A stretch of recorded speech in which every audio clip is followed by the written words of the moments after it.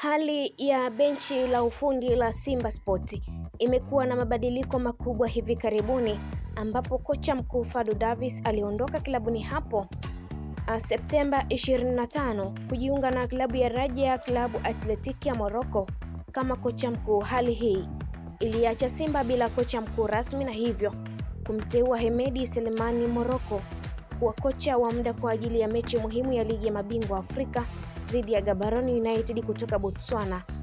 Morocco, ambaye pia ni kocha wa timu ya taifa ya Tanzania, alikubaliwa na shirikisho la soka la Tanzania TFF kuchukua jukumu hili la muda. Hata hivyo, Simba bado ilikuwa ikitafuta kocha mkuu mpya wa kudumu ili kuimarisha timu kabla ya michuano mikubwa ijayo. Kwa sasa Simba inahitaji udhibiti katika benchi la ufundi ili kuhakikisha mafanikio. Hadi sasa Simba haijatangaza kocha mkuu mpya wa kudumu kufuatia kuondoka kwa Fadlu Davis. Hata hivyo, tetesi mbalimbali zimeibuka zikimhusisha kocha wa Harambee Stars Benin MC Kass kama mmoja wa wateule wanaowezekana. MC Kass, ambaye alichukua nafasi ya kocha mkuu wa Harambee Stars March 2025, alionyesha mafanikio makubwa akiwaongoza Kenya kufika robo fainali ya kombe la mataifa ya Afrika CHAN 2024. Jambo lililoongeza umaarufu wake katika soka la Afrika. Kwa sasa MC Kass anatajwa kama mmoja wa wateule wanaowezekana kuchukua nafasi ya kocha mkuu wa Simba baada ya kuondoka kwa Fadlu Davis. Simba inahitaji udhibiti katika benchi la ufundi ili kuhakikisha mafanikio katika michuano ya ndani na kimataifa. Kocha Fadlu Davis aliondoka Simba mnamo Septemba 22, 2025 baada ya kumaliza mkataba wake wa mwaka mmoja aliokuwa nao tangu alipojiunga na klabu hiyo kutoka Raja Club Athletic ya Morocco. Katika taarifa yake aliyotoa kupitia Instagram, Davis alieleza kuwa ameondoka kwa hiari na kwa moyo mzito, akiushukuru uongozi, wachezaji na mashabiki wa Simba kwa ushirikiano wao wakati wote wa utawala wake. Ingawa sababu rasmi za kuondoka kwake hazikutajwa wazi, tetesi zinaonyesha kuwa alikosa makubaliano na uongozi wa Simba kuhusu sera ya usajili, hasa baada ya kushindwa kutoa mataji muhimu kama ligi kuu ya NBC na kombe la shirikisho Afrika CAF Confederation Cup msimu wa 2024-2025.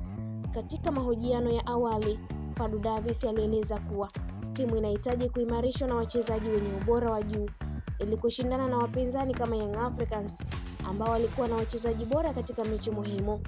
Baada ya kuondoka Simba, Davis alijiunga tena na Raja Club Athletic ya Morocco kama kocha mkuu, akichukua nafasi aliyokuwa nayo awali kama msaidizi wa kocha Joseph Zenbeur. Katika taarifa yake ya kuondoka alieleza kuwa ameondoka kwa moyo mzito baada ya msimu wa mafanikio, akiushukuru wachezaji, uongozi na mashabiki wa Raja kwa ushirikiano wao. Fadlu Davis alikuja Simba akitarajiwa kuleta mafanikio makubwa kimataifa, na licha ya changamoto alipata mafanikio kadhaa yanayostahili kuzingatiwa. Mafanikio ya Fadlu Davis ndani ya Simba Sport kimataifa: 1.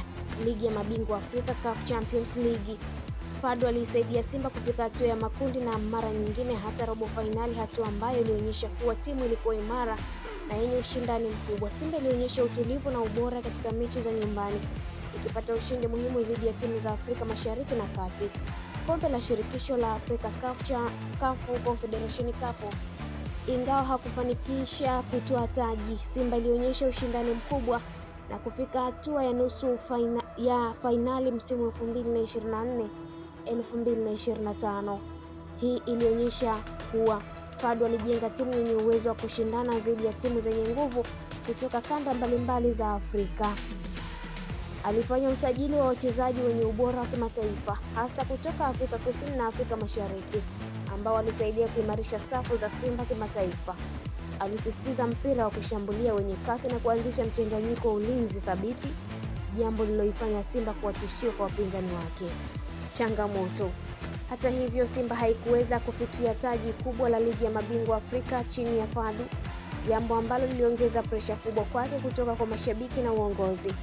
Pia mara nyingine timu ilikumbana na majeruhi na changamoto za usajili ambazo zilizuia kufanikisha malengo yote ya kimataifa.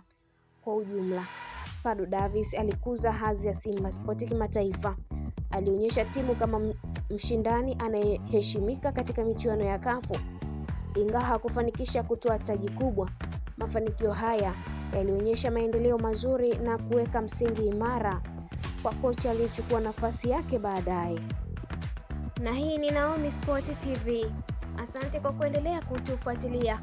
Pia usisahau kulike, kushare, kucomment pamoja na kusubscribe chaneli yetu ili uendelee kufurahia taarifa zetu za kimichezo hapa ndani ya mipaka ya Tanzania na nje ya mipaka ya Tanzania kwa bara hili la Afrika. Endelea kutufuatilia.